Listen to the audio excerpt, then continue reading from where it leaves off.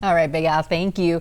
We've seen how fast a wildfire can spread and threaten communities. Firefighters work all summer long to keep us safe. But as 9 on your side's Megan Meyer is here to share, they're not the only heroes. Good morning, Megan.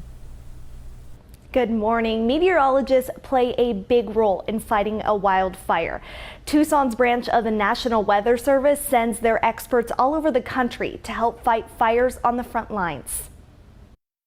During the hot and dry days of summer in Arizona, a fire can spark in a matter of seconds. I could get a phone call right now saying we need you on a fire somewhere in the country. Cerniglia has to be ready to go. He's an incident meteorologist with Tucson's branch of the National Weather Service, and when a fire sparks, it's his job to keep an eye on the forecast. It's the most impactful thing on the fire. The humidity level and the wind primarily are the main driving factors of where the fire will go, how fast it'll burn, and the character of the fire. Tucson's incident meteorologists, or IMETs, watch the weather from the front lines. They delivered forecasts to first responders at the Mescal and Pinnacle fires this year and the Bighorn fire last year. While the IMET team is typically sent to fires around Arizona, they can also respond to incidents all across the country. This time of year, when we're transitioning from fire season in the Southwest to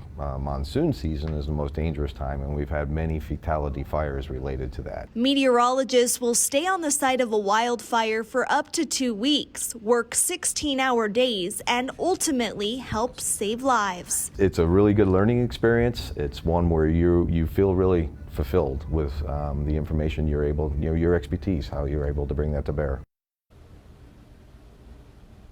When meteorologists from Tucson's branch of the National Weather Service are not on site of a wildfire, they are working from their offices right here at the University of Arizona's campus. Megan Meyer, KGUN 9 on your side.